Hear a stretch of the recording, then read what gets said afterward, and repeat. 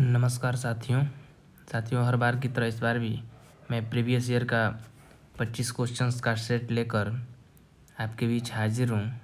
आशा और उम्मीद करता हूँ कि हर एक क्वेश्चन आपके लिए मील का पत्थर साबित होगा। तो आइए क्वेश्चन से स्टार्ट करते हैं। भारत में पशुपालन एवं कृषि के प्राचीनतम साक्ष्य प्राप्त हुए हैं। इसका सही ऑप्शन है ऑप्शन डी, मेहरगढ़ से भारत में पशुपालन एवं कृषि के प्राचीनतम साक्ष्य प्राप्त हुए हैं। आइए दोस्तों अगला क्वेश्चन देखते हैं। निम्नलिखित में से किसको कैल्कोलिथिक युग भी कहा जाता है? ताम्रपाषाण युग को कैल्कोलिथिक युग भी कहा जाता है। कैल्कोलिथिक युग भी कहा जाता है ताम्रपाषाण युग को। हड़प्पा में मिट्टी के बर्तनों पर सामान्यतः किस रंग का उपयोग हुआ है? लाल रंग का उपयोग हुआ है। हड़प्पा में मिट्टी के बर्तनों पर सामान्यतः लाल रंग का उपयोग हुआ है। सिंधु सभ्यता निम्नलिखित में से किस युग में पड़ता है? ऑप्शन डी इसका सही आंसर हो जाएगा आद्य ऐतिहासिक काल। सिंधु सभ्यता आद्य ऐतिहासिक युग में पड़ता है। सिंधु घाटी सभ्यता की सबसे महत्वपूर्ण विशेषता क्या है? सिंधु घाटी सभ्यता की सबसे महत्वपूर्ण विशेषता पक्की ईंट से बनी इमारत है। पक्की ईंट से बनी इमारत है। निम्नलिखित में से कौन सा एक हड़प्पा का बंदरगाह है? लोथल हड़प्पा का एक बंदरगाह है। दोस्तों यहाँ पर नीचे देख सकते हैं कुछ एक्सप्लेनेशन भी दिया गया है। हड़प्पीय नगर लोथल गुजरात के अहमदाबाद जिले में भोगवान नदी के किनारे स्थित है। यहाँ की सर्वाधिक महत्वपूर्ण उपलब्धि हड़प्पाकालीन बंदरगाह है। तो लोथल हड़प्पा का बंदरगाह है। निम्न में से किस हड़प्पाकालीन स्थल से टेराकोटा का हल प्राप्त हुआ है? बनावली से टेराकोटा का हल प्राप्त हुआ है। हरियाणा के फतेहाबाद जिले में स्थित बनावली से टेराकोटा का हल प्राप्त हुआ है। निम्नलिखित में से कौन हड़प्पा और मोहनजोदड़ो के उत्खनन से संबंधित नहीं थे? Option D VA. Smith Harappa और मोहनजोदड़ो के उत्खनन से संबंधित नहीं थे। हड़प्पा और मोहनजोदड़ो के उत्खनन से संबंधित नहीं थे वी.ए. स्मिथ।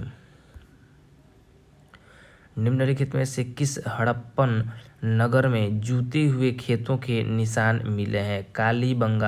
कालीबंगा में हड़प्पन नगर में जूते हुए खेतों के निशान मिले हैं। बोगजकोई का महत्व इसीलिए है कि वहाँ जो अभिलेख प्राप्त हुए हैं उनमें वैदिक देवी एवं देवताओं का वर्णन मिलता है। वैदिक देवी और देवताओं का वर्णन मिलता है बोगजकोई। ऋग्वेद का कौन सा मंडल पूर्णतः सोम को समर्पित है? नौवां मंडल पूर्णतः सोम को समर्पित है। नौवां मंडल पूर्णतः सोम को समर्पित है। गायत्री मंत्र किस पुस्तक में मिलता है? दोस्तों ऋग्वेद में गायत्री मंत्र मिलता है। गायत्री मंत्र ऋग्वेद में उल्लिखित है। इसके रचनाकार विश्वामित्र हैं। यह मंत्र ऋग्वेद के तृतीय मंडल में वर्णित है। तो ऋग्वेद जो है वह गायत्री मंत्र ऋग्वेद में मिलता है। ऋग्वेद संहिता का नौवां मंडल पूर्णतः किसको समर्पित है? ऋग्वेद संहिता का नौवां मंडल सोम और इस पेय पर नामाकृत देवता को पूर्णतः समर्पित है। प्रसिद्ध 10 राजाओं का युद्ध किस नदी के तट पर लड़ा गया? परुशणी नदी के तट पर लड़ा गया। प्रसिद्ध 10 राजाओं का युद्ध परुशणी नदी के तट पर लड़ा गया। निम्न में से किस भारतीय दर्शन ने परमाणु सिद्धांत का प्रतिपादन किया? वैशेषिक ने परमाणु सिद्धांत का प्रतिपादन किया? किस भारतीय दर्शन ने? तो वैशेषिक ने परमाणु सिद्धांत का प्रतिपादन किया। महावीर स्वामी का जन्म कहाँ हुआ था? दोस्तों महावीर स्वामी का जन्म कुंडग्राम में हुआ था। कुंडग्राम में हुआ था। महावीर स्वामी का जन्म कुंडग्राम में हुआ था।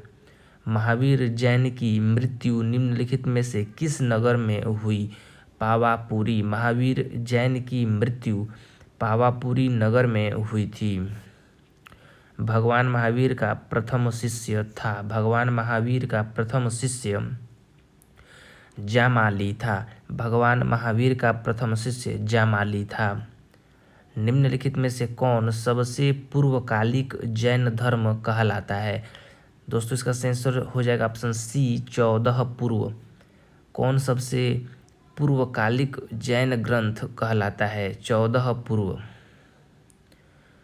प्राचीनतम जैन ग्रंथ है अंतिम नंद राजा के समय में संभूत विजय तथा भद्रबाहु संघ के अध्यक्ष थे तथा ये ही महावीर द्वारा प्रदत्त 14 पूर्वों के विषय में जानने वाले अंतिम व्यक्ति थे।